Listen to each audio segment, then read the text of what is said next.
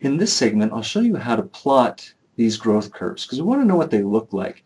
Now, as you saw, M+ has a built-in feature for that using the plot command, and so automatically you can get that. Stata and Amos, however, don't have that. Many of the programs don't have that built-in feature to look at those plots. So here, we're going to just manually do that. Now remember, all we're doing is we're creating a line, and that's what the intercept and the slope are. They're just parameters that help define a line.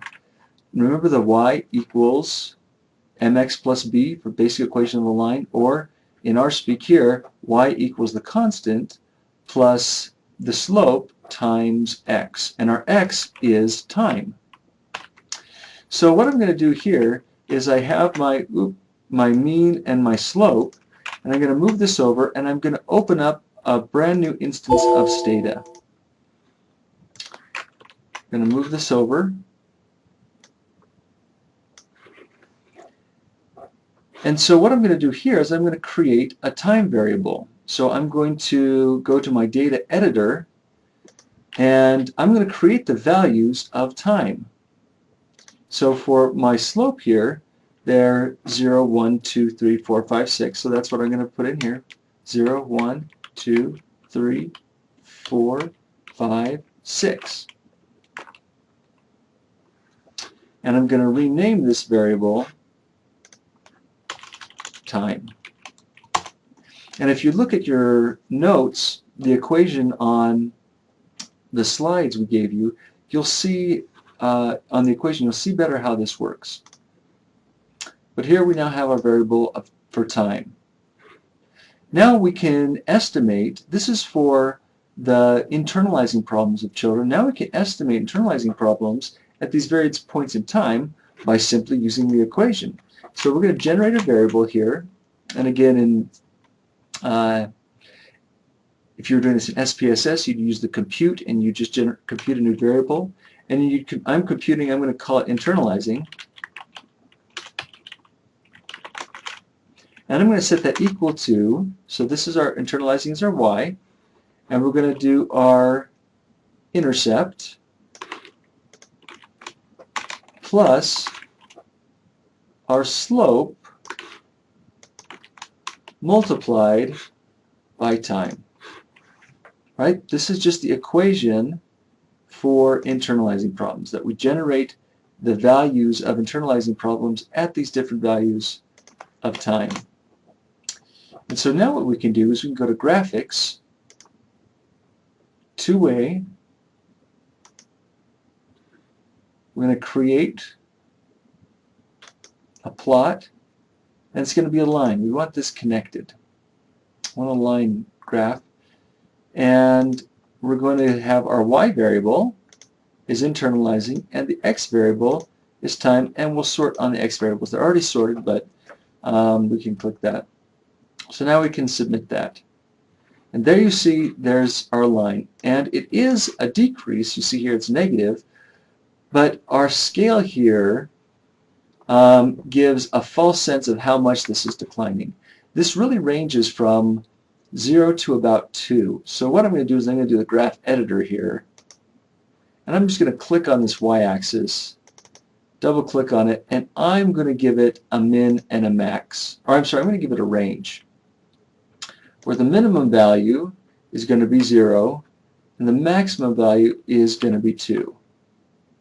And the delta, what the delta just means is where do you want your tick marks in between all this, and let's have it at, let's say 0.5. So we apply that, and here now you can see we have a range of 0 to 2, the real range, and this line is pretty flat. I'm going to stop the graph editor. I'm not going to save the changes. But here you see that's pretty flat. It's a pretty flat line from 0 to, with a range of 0 to that negative really isn't very much, which is then why it's not surprising that the p-value is not significant. Now let's graph this quadratic, because we know that this fits much better as when with a quadratic slope. So here we have our intercept or linear slope and our quadratic slope. And now with this extra one, the equation is y, or our estimate for internalizing problems, equals the intercept plus our linear slope multiplied by time plus our quadratic slope multiplied by time squared. So let's get rid of this estimate of internalizing problems, because this estimate really probably isn't very good because it doesn't account for the quadratic effect. So I'm just going to drop that variable, but I'm going to create it again. But I need that time squared variable. So I'm going to generate time, and then I'm just going to say SQ. So time squared equal to time, and then that, which is, you press Shift 6 to get that, a little hat, 2. That will square our time variable that we already have. So we have 0 to 6. Now let's just create a new variable that is that squared. And you can look here in our data to see that we have time, and then we have the squared version of that. And now, I'll just keep this up so that we can see these created.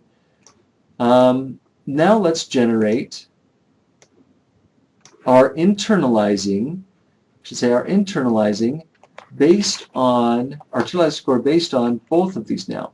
So now let's generate internalizing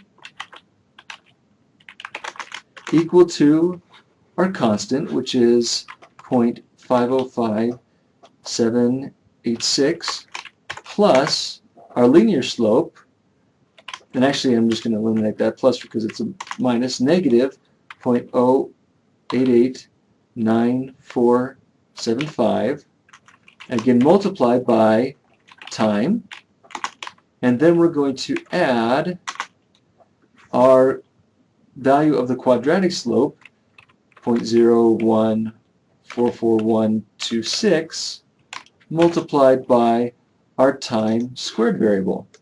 And that is the equation for internalizing problems across time. So we're going to generate that. And you can see here that, I'll pull this back, these are our values that were generated. So now what we can do is we can go to Graphics, Two-Way again, Create, and align internalizing and time. The same thing. We're just going to plot these values against time and submit that. You can see this fairly large bend here, but again, this might be a little bit deceiving. Let's get onto the correct scale here. So again, go range. The range I want is from 0 to 2, and then 0.5 delta.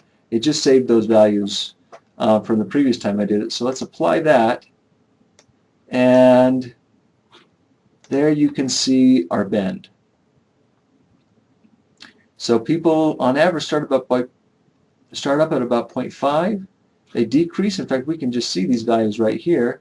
They decrease until about age 13 or so at 0.36, and then it starts to go back up again until they're about at the same place here.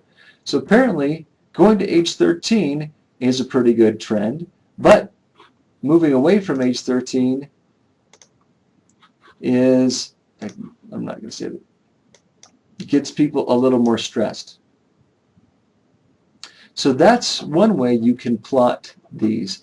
And with SPSS, you could do just the same thing. You could calculate those in a new, fresh data set, and then you could just do a line plot on those.